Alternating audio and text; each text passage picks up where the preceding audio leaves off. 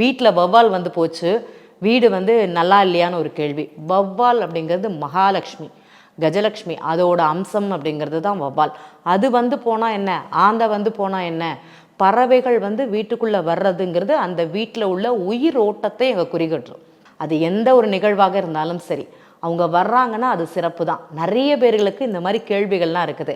பறவை வீட்டில் வந்தால் என்ன, எலி வீட்டில் வந்தால் என்ன, பாம்பு வீட்டில் வந்தால் என்ன. இந்த பாம்பு வீட்டில் வந்தால் என்னன்னு ஒரு கேள்வி கேட்பாங்க தெரியுமா நிறைய பேர். எனக்கு சிரிப்பாக இருக்கும். அவங்க வாழக்கூடிய இடத்துல நம்ம வீடு கட்டி குடியிருக்கிறோம். அவங்க வீட்டுக்கு அவங்க வரத்தான் செய்வாங்க. அதை நம்ம தடுக்க முடியாது.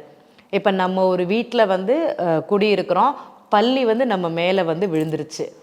அந்த பல்லி விழுந்துருச்சுன்னா எங்கள் சார் சொல்லுவாங்க, அது இத்தனோண்டு ஜீவன், அது வந்து தன் உயிரை காப்பாற்றிக்கணுங்கிறதுக்காக தடுமாறி தான் நம்ம மேலே விழுது.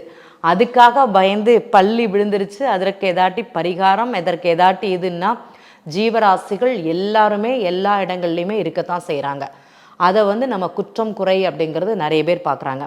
சிலர் பள்ளி விழும் தோஷம் பார்க்குறீங்க, அதை நான் தப்புன்னு சொல்லலை. பட் உணர்ந்து செய்யுங்கள் அப்படிங்கிறது தான் சொல்கிறோம்.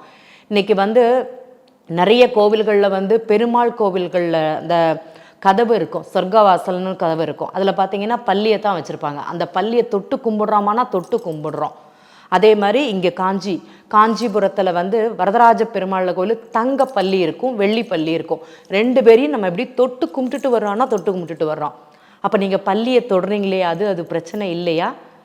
உயிரோடு இருக்கக்கூடிய ஜீவன்களுக்கும் நம்ம வீட்டில் வந்து வாழணுங்கிற ஒரு தன்மை இருந்தால்தான் இருக்குமே தவிர, அந்த இடத்துல அது இருக்கக்கூடாதுன்னா அந்த வீட்டுக்கு உயிரோட்டமோ இப்போ அந்த பித்ருவோட நன்மையும் அந்த வீட்டில் இல்லைங்கிறது தெரிஞ்சுக்கணும்.